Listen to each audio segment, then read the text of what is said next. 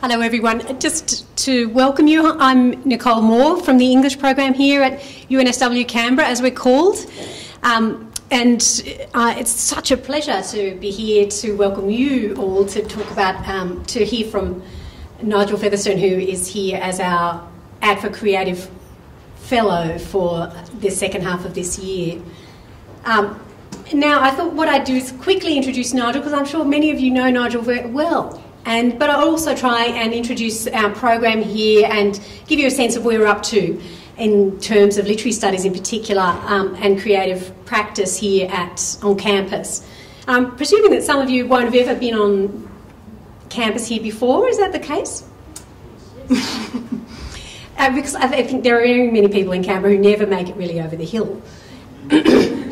And technically we are a campus, but we can also call ourselves a garrison, so that combination is particular to us, and it's interesting that actually we're a unique educational institution in the world. There is no other educational institution that combines a university study and preparation for a career in the military as officers in the same way that ADFA and UNSW do. So we're a particularly interesting combination. And so we're a particularly interesting context, I think, for thinking creatively about that various topics, in particular, of course, war and masculinity, as Nigel's going to. And many of you will also know that the English program here has had a long history of interest and connection with Australian literary studies in particular.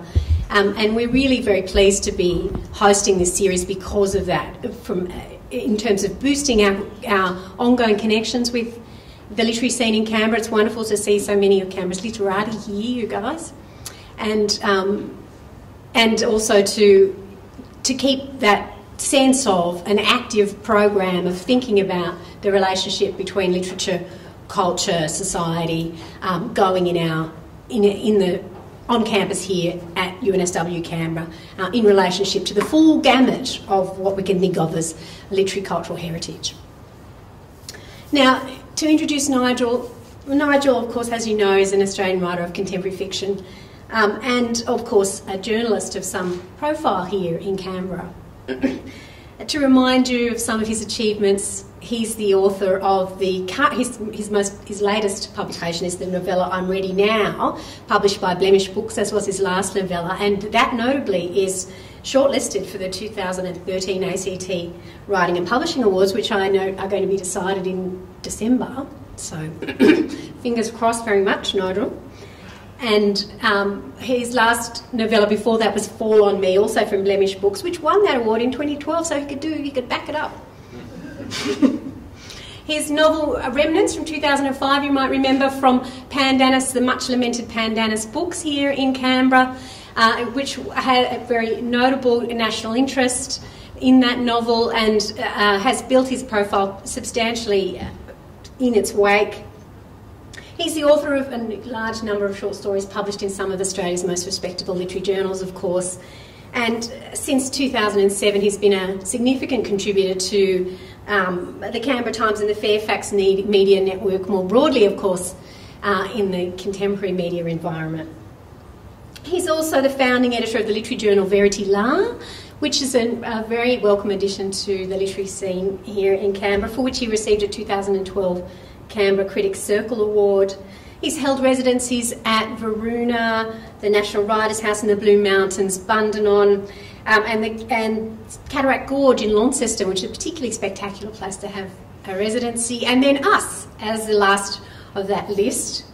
So we're so pleased to have had him, and I have to say he's been a joy to have around because he seems to be so enthusiastic about his presence here, and we have enjoyed very much his connections, of course, with the Canberra literary scene, but also his curiosity and his powers of acute observation about what's actually going on here in this particular environment.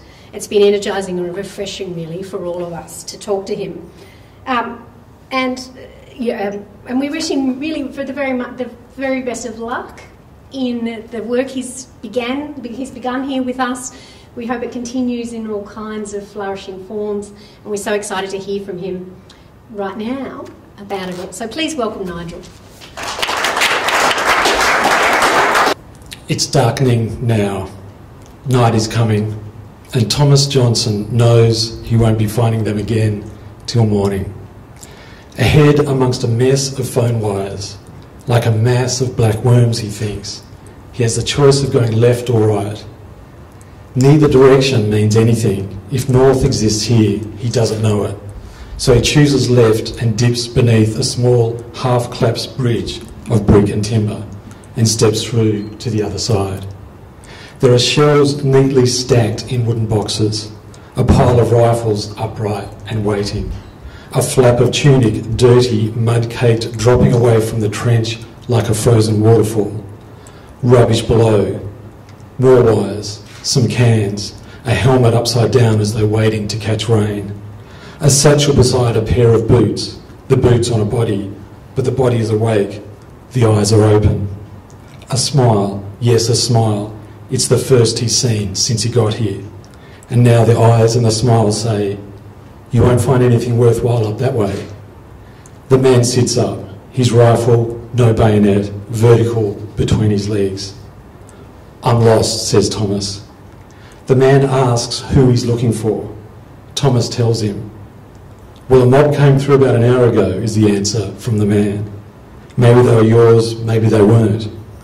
Apart from that, I've been by myself taking pot shots at this and that. As I've been ordered, my own section is long gone, I'm all that's left." Now he lays his rifle down on the other side of him, as if offended by the thing, or it sickens him, but he smiles again, a deep dimple forming on each side of his smooth, shaven face. And he says, "I'm Leslie Ferris, Corporal Ferris, if that means anything. Who are you?" Thomas tells him, "Thomas Johnson, private." Above, in the blackening sky, is the sound of a whiz-bang and another, and Ferris says, "Stay for tea, I have enough for two." A breeze comes through like a breath, thinks Thomas, but his nose and mouth and throat fill with a stench that makes him take a step backwards. "There's a battalion buried to the left," says Ferris, who puts a match to a bunch of hessian strips and some wood splinters. "This should help," he says. Ferris has a sorry sort of dugout. It's just a shallow cave, but Thomas accepts invitation and takes a place beside him, the small fire on the other side of their boots. "Look at this," says Ferris, who is older by 3 or 4 years, although Thomas has already noticed how difficult it is to pick the ages of men who've been in France for a while.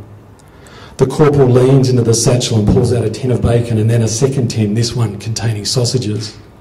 As night comes on properly, they cook and eat. The bacon is awful, but the sausage, care of Fritz, is rich with fat and salt, and Thomas's mouth waters even when the eating is over. "Rum," says Ferris, "that'll finish us off nicely." He reaches back into the satchel, retrieves the bottle, has a gulp, and passes it over without saying another word, as if not wanting to ruin the moment. Corporal Ferris leans back into the dirt, but Thomas isn't yet done with the warmth of the small bed of coals, the smoke rising easily. He watches as a mouse appears. "Ah, there he is," says Ferris. "Isn't he a ripper?" But the mouse moves in a juddering fashion. His legs are weak. He walks as though drunk. Now coming out from behind the box of shells in the corner is something else, a kitten. "Well, this is new," says Ferris, who sits right up again. "It's quite a menagerie you've got here," says Thomas, as the kitten makes its way to the fire. It too moves in a broken motion. 1 step, 2 steps, as if these are its first. Thomas puts the bacon tin out in front and the kitten licks at it before coming to be between the men, tucks up its paws and sits down. "She looks like a little sphinx," says Ferris, tickling the kitten between its ears. A flare goes up, revealing all there is to see, as if somehow it's become midday. "I can't help it," says Thomas. "You can't help what, my friend?" "I can't help thinking they look pretty when they go up like that." But the dark comes again, the black, and Ferris shuffles onto his side. From beneath him, from the packed down dirt, he reaches out his hand. "We should have done this earlier," he says. And the two men shake hands, but in this moment Thomas doesn't want to let go. And neither, it seems, does Ferris. "Tell me something," says Corporal Leslie Ferris. "Tell you what?"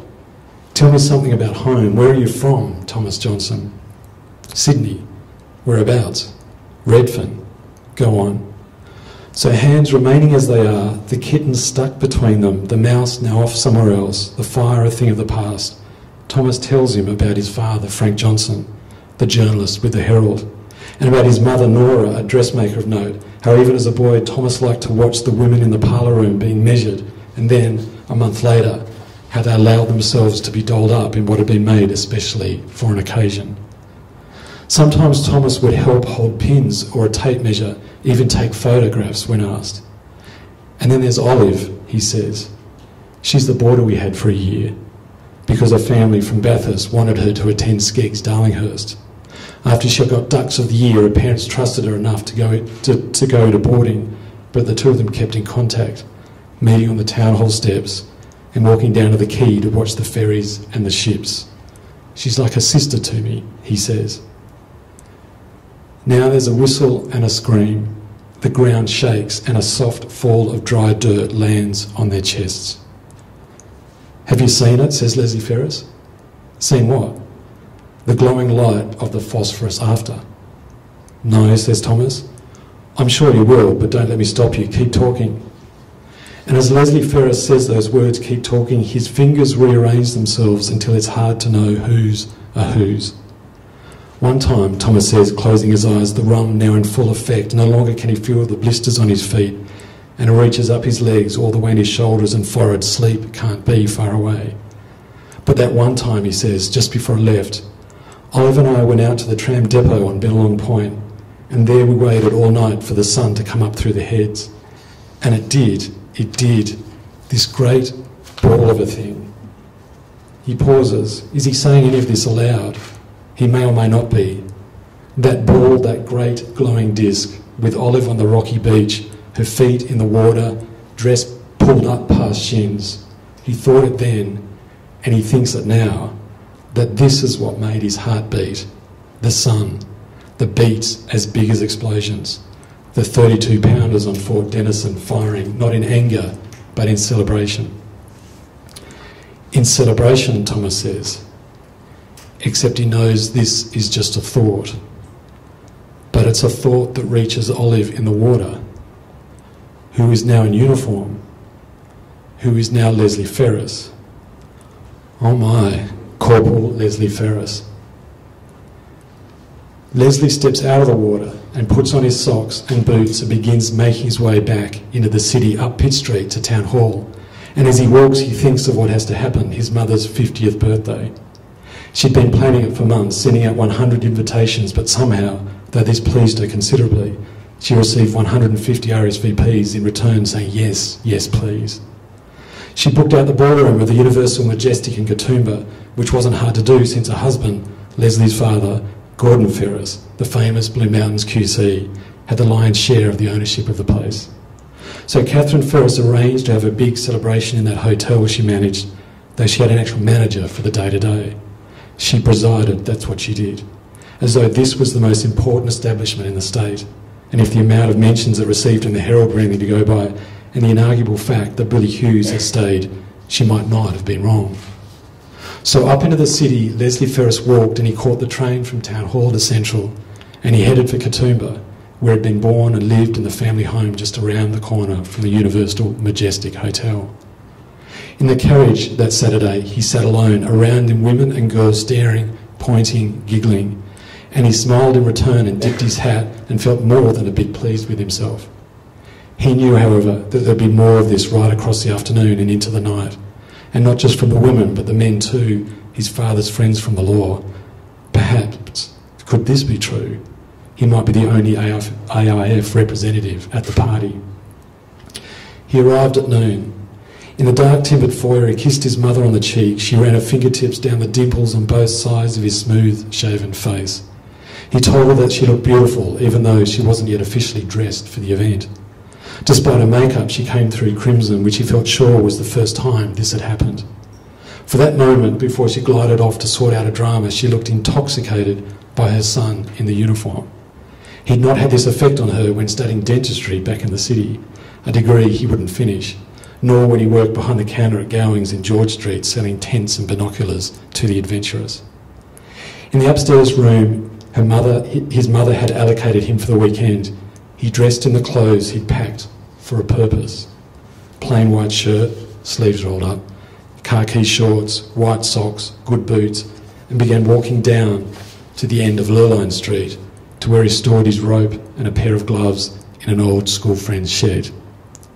Alone, perfectly alone, he'd escaped, that's what he'd done. He went along the escarpment, beyond the Three Sisters, until finally he reached Blacksland's drop.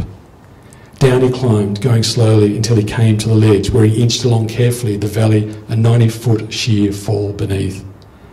At the eastern end of the ledge, he clambered on all fours like a kind of prehistoric animal, which did exist, he thought as a boy and many times since, over the rocky vertebrae until up he went to the pinnacle. He knew no one else who did this, because most likely he hadn't told a soul. But still he tied the rope around the base of the trig and began lowering himself over and down and off. Now he was surrounded by nothing but the finest of February air and the sound of cicadas pounding in the distance like a warning, a message, a code which he couldn't possibly understand. The rope bit into his hips and crotch and it swung him this way and that, and he knew the only way to get home again would be to hoist himself up along the line, his life saved only by the strength in his arms and hands. His hands, his grip, his fingers, first he feels it, are giving way before a snap which becomes thunder, and he shudders and he falls. His hands, his grip, his fingers. They're cold, which is no surprise because it's morning, though only just. Still he can feel what's unmistakably new light on his face, his neck, his Adam's apple. Slowly, in the empty silence, he opens his eyes and understands why the silence feels so empty. He now has an open view, a view into what was once a farmer's field, what was once the opposite side of a trench, where there'd been that flap of tunic falling away. But now there's just an expanse of land scooped up and out like a frozen, angry ocean. He smells it, the sulphur, and sits up. He turns to his right, sees Thomas Johnson from last night, who's awake already. His eyes are open, though his hand, those fingers of his, are still locked tight in and around his own. It's wonderful, says Leslie, when they lob in a coal box like that. When it explodes, the vortex of the crater becomes lined in that soft green light you can see right now. But the boy says nothing. So Leslie squeezes his fingers, the cold, bony fingers, another time. The kitten, what happened to her? She's gone. Now there's a sound of movement coming from the other side of what had once been the munitions store.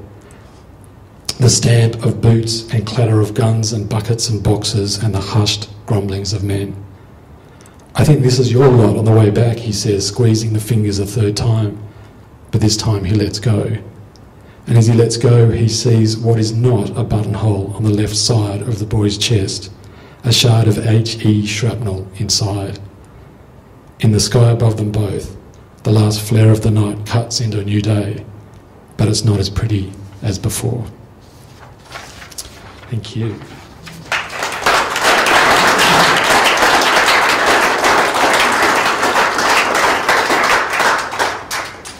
Thanks very much for coming. It's wonderful to have everybody here, and of course thanks to University of New South Wales Canberra and EDFA for having me here. For the last 3 months, all this has been my living room. It's been my creative room, and every Wednesday, Thursday, Friday I've walked up those stairs and looked at the wonderful artist books, and then wandered down to my office, which is just down here. And the room is perfectly white. It's just got nothing in it except a desk and a black computer. And the first hour or so, I just sat there and thought, I don't know what I'm doing. And then I realised that I was here to study masculinity in states of conflict. And I decided, rather than go into gender theory and all that kind of stuff, that I would just expose myself to as much of this material as I possibly could. So in that room and also back home, I read poetry, I read novels, I read non-fiction, I watched films, I watched documentary. And I just wanted to sort of absorb all that material and just see what came out the other side. Tomorrow afternoon, when I finish here, what I'll leave here is about 375 pages of handwritten notes. If you see my handwriting, you'll know that's quite an achievement. What happens to those notes, I'm not sure. Some of it might splinter into other things, some of it might not go anywhere at all, some of it might grow into something quite complex. I just don't know. But one of the best things about being here, in other residencies you're completely isolated. Here you're not isolated because you just walk across the cafe and you run into wonderful people like Nicole. And but I've also had some fantastic lunches with really eminent academics and historians. This next story, which is the last story, came from a conversation I had over lunch over there in the cafe. And this story is called The Call. It might give you a bit of a direction of where I'm going. At last, she's done. They're all done. The kids have had their baths and are in bed, and now all she has to do is switch on the computer, make the thing begin to whir away, and wait for the call to come, which it will in 5 minutes' time. Because every week, as agreed, the call does indeed come through right to the minute. Despite all the distance and technology required, the satellites and the internet and every piece of machinery between, he will be on the screen. His face so big in front of her, but also so small, unshaven, beady, but smiling. Like always, she'll want to touch the glass to see if she might be able to feel him through her fingertips. But she never does touch the screen or touch him, because he, Robbie, gets in first. Hey Steph babe, what's news? Every time all year for these past 2 years, this is what he's asked her. What's news? She knows that he doesn't want to talk about what he's doing because some of it, much of it, the parts he really wants to tell her, he can't. It's forbidden. She understands. So usually she answers and tells him about what's news for her, the average and the mundane, the minor daily happenings. And as she talks, she watches him as he listens, as he laughs when needed. His name there, Railing, stitched like that in capital letters on the right side of his chest so they could identify him if it ever came to that. Hey Steph babe, what's news? But how will she tell him about this day, today, which has come at the end of these weeks, this month? She's not yet told him a thing about it. But she can't let it go on any longer. Not now that it's confirmed. It's in black and white. There's a 3-page report. It's official. There can be no doubt. This will be what's ahead of them. This will be their lives. There's no escaping it. Just tell him. Say the words. That's what she told herself as she left Sydney at 1 o'clock but got stuck in Friday traffic, the M5 cramping up. As hard as it will be, she'd added. Probably audibly as the car ground to a halt, Joel strapped into the back seat, that clock in both of his hands, but he stared in the distance outside the window, whatever was out there. Who knew? Who knows? The little boy is oblivious to what's happened, as he should be, but he's become oblivious to everything, to everyone. And it's this that Stephanie Railing should tell her husband over there, all the way over there, in that place little Christy calls Karen Pot, as though it's a character in a bedtime story. So Beth tells her not to be silly, little sister. That's not how you say it. That's not where Daddy is. She, Steph, the mother in the arrangement, and the wife, except the more her husband volunteers for redeployment, the more he gets redeployed, the less she feels like a wife. She's just a mother. Yes, she should tell him about all of this. How in these days and weeks and months that have passed, as she and Joel have been shunted from specialist to specialist, she's been thinking about those hopeful summer months all those years ago, working in that Kent Street pub, Greenways was its name, taking on all the shifts they could offer her because she left Perth to earn enough money to spend her 21st somewhere overseas. Dublin, Paris, Montreal, Bangkok, she hadn't yet decided because it didn't really matter. They all sounded exotic enough, especially for someone who'd lived her life beside the beach but had not yet been overseas. What's news, Robbie? Or yesterday, while the girls were at the kitchen bench having their afternoon tea, Joel outside in his great-grandfather's garden shed, the clock dangling from the end of the string around his neck, sitting on top of his great-grandfather's stepladder as if he had a view in front of him, endlessly fascinating. And this may well have been the case. Steph had shut herself in the bathroom because she just needed 5 minutes of peace and quiet. And in that peace and quiet, she'd imagined what it would have been like if Robbie and his Holsworthy mates hadn't walked into Greenways that Friday night in December, a Friday night in December, just like it is now, and that she'd managed to reach a goal of saving enough money so she could buy her round-the-world ticket and go somewhere else, have her own adventures. Yes, Steph Railing could tell Robbie Railing about how she's been reliving all of this. Or she could tell him how houses are starting to spring up outside in the paddocks around his grandparents' place, the house and paddocks where Robbie's father had spent his childhood, and so had Robbie, climbing the windbreaks, pegging pine cones down at unsuspecting friends, swimming in the dams, chopping the heads off black snakes with spades, firing the family's .22 at rabbits and cats and foxes, building bunker-like cubbies in the dirt. Not that the paddocks were the railings, but they treated them as if they were. I'll email you some photos. She should say that to him. Some of the houses are so big and some of them are very nice, lots of wide verandas. I know how you love the good old Aussie veranda. She should tell him this too. This could be her news. The construction of houses. She could go on about it, on and on, until he gets the drift, until he understands that the world, their little part of it in New South Wales, this neck of the woods, is changing, has changed.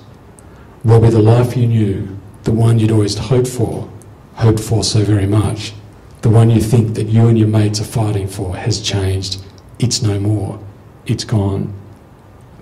Robbie, I know Joel is all you've ever wanted, a son, because you're a man and you're a son and you're an only child. You've wanted him because of your father and your grandfather and your great-grandfather. The Gulf War, Vietnam, the Second World War, the First. You, Robbie Railing, have made it the fifth on the trot. But it comes to an end with Joel. Do you hear me? It's come to an end. Would he understand? Would he? Could he possibly ever, being all the way over there? No, but still Steph has to tell him. Because she just can't hide or fight it any longer. As she'd finally managed to leave the M5 traffic behind and get on the easier-going Hume, she'd listed the key events of the year in her mind and she'd laid them out. She should start at the beginning, last Christmas, when Robbie was on leave, those two short weeks. There he was in the backyard, sitting beside his grandfather's old brick barbecue, which doubled as an incinerator. Barefoot and in belt-board shorts, shirt off, his left arm and shoulder and chest bruised and blackened with tattoos, the girls climbing over him as though he was a piece of equipment in the park. But Joel, little baby boy Joel, walked up to the barbecue, pointed at the flames and said, "Rife." The girls laughed, but Robbie said, "No mate, it's fire. That's your favourite word. You remember?" Then he glanced at Steph as if to say, "Did you hear that, the weird kid?" Which was also an accusation. "What are you doing to my son?" So Steph could remind him of this event, that one favourite word that had been reversed. This could be part of her news. She should say, "Have I made this year with Robbie well and truly back on redeployment, Joel wouldn't sleep without that broken old 70s-style clock that he'd found in a drawer in the garden shed. How for some reason he always has it set to 23 minutes past 8 o'clock. That if it's not tied around his neck, it's in his hands or buried beneath his pillow, as though he can hear it ticking. And perhaps he can hear it ticking. It might remind him of something, a heartbeat perhaps, someone's heartbeat, someone he's barely got to know. Because of those detergents, as Christy calls them, those men who live in dry, rocky hills somewhere on the other side of the world because, and this is the only way Steph can think about it, of ideals and beliefs live in opposition. Because of something called service, of something called duty. She should say how by July Joel had begun to ignore his sisters. He just didn't engage with them at all anymore, as though they simply didn't exist. Beth and Christy would hug their brother, but their brother would just run his fingers around the rim of the clock, around and around and around. So she took him to the doctor in Mittagong, who referred him to a paediatrician in Campbelltown, who referred him to a child psychologist in Sydney, appointment after appointment after appointment. Steph should tell Robbie about all 7 appointments. And she should tell him about how lucky she's been to have Claire and Maddie as neighbours, the 2 women who've cared for the girls after school whenever she hasn't been able to get home in time. Hey Steph, those chicks who've bought the place next door, Robbie had asked her on New Year's Eve. What about them? I reckon they're not just mates. So what? So Robbie took over a bottle of red wine and a 6-pack of Hahn. You've got to give credit where credit's due. Robbie's better than he looks, better than he sounds, better than he lets on. Which is why Steph married him in the first place, that week before she turned 21. That ceremony, if that's the word, in the 3rd floor office of births, deaths and marriages. Because quite simply, Robbie Railing had walked right up to the bar of Greenways and within minutes was charming the life out of her. Because despite being a full 1.5 foot taller than her, and no matter how hard she tried, stretched and stretched and squashed and squashed, she just couldn't get 2 of her hands around one of his upper arms, and only barely could she manage to get around his forearm. Because on that first night in Ken Street, as Cheryl Crow on the jukebox sang the first Cut is the Deepest, he told her that his favourite place in the world was his grandparents' house in Robertson, down on the edge of the Southern Highlands. She laughed. Before an hour later, she gave him a free drink. Before an hour after that, she gave him a number. Robbie Railing of Robertson. Doesn't that kind of man deserve the truth? Doesn't he deserve to be told how only 8 hours ago up in North Sydney, all the way over on the other side of the harbour, Dr. Kilrush, not the best name for a child psychiatrist, who was running an hour behind schedule, finally called them into his room and said the word, the one she knew would be the case, the one she'd already Googled over and over. Whenever she'd had that word on the screen, it looked like she was desperate for information on some kind of robot. She should tell Robbie how once the diagnosis was done, once out in the Kilrush's car park, she'd sat behind the steering wheel and stared at her son in the back seat, her 2.5-year-old boy, and said, "You're lost to me." How she'd said, "I'm lost to you." How she'd said, "I don't know what happens next."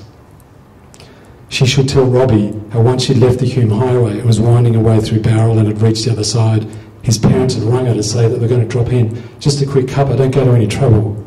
But all she wanted to do was get home, to be home, with the girls, all 3 of her children. Joel was still her son. The 4 of them together. Her little family in the house. Should she not tell Robbie about this? Should she not tell him how once home she'd sprinted around and cleaned up the living room and kitchen and sprayed bleach into the toilet and bathroom sink because the smell would give the impression of everything being in order? Should she tell him how now, not knowing what else to do, she'd taken Joel next door? Christ, how lucky she was that Claire and Maddie were home. She asked him if they wouldn't mind taking her son up the road so he could wait for a train to come, that other thing that had become his obsession. On the embankment, he likes to wait and wait until he just gets up and starts walking his way, as if it was never his idea in the first place. Shouldn't she tell Robbie how Claire, who's got a job as a short order cook up at Misty New Cafe, had put her arm around her shoulder and said, "We know, Steph, we've noticed, we'll help you out any way we can." Shouldn't she tell him about these words that had been offered by her neighbours as the best gift imaginable? How she'd lied to Robbie's parents and said that Joel had insisted, absolutely insisted, that he spend the afternoon with his best friend from daycare, and that thanks for asking, I'm fine, it's just that hay fever makes my eyes run, and the hay fever has been bad this summer. Everyone's saying that. Just tell him, Steph. Tell him everything. Everything as you listed in your mind as you drove home today. As you continued to list in your mind as Robbie's parents told you how they bought a block out of Wangla Dam, only 25 acres, said her father-in-law, but there was a great spot down on the water for the caravan, and plenty of space for the kids to muck about, and the next job is to get a tinny so the 3 boys, the 3 generations of Railing men, can go fishing for days on end. Tell him, Steph, everything you listed in your mind as you got the girls out of the bath and Joel into the bath, as the boy just sat there as if plonked, but stared up at the clock perched above him on the edge of the basin that reeked of bleach. As the girls got into their pyjamas and into their beds, Beth reading Christie, "Where is the green sheep?" for the 1000th time. As you got Joel into his pyjamas and into his bed, as he tucked the sheet around him, as he kissed him on his soft, warm, soap-smelling forehead and said, "You're all right," as you walked into the living room, which remained mercifully tidy, as you made sure the doors were closed, as you switched on the computer and it began to wear away, as you've turned all this over and over again and again, as Robbie appeared on the screen, unshaven, beady, but smiling, his name sewn into him for all to see, railing. Yes, tell him now, right now that he's asked his question. Hey, Steph, babe, what's news? Thank you.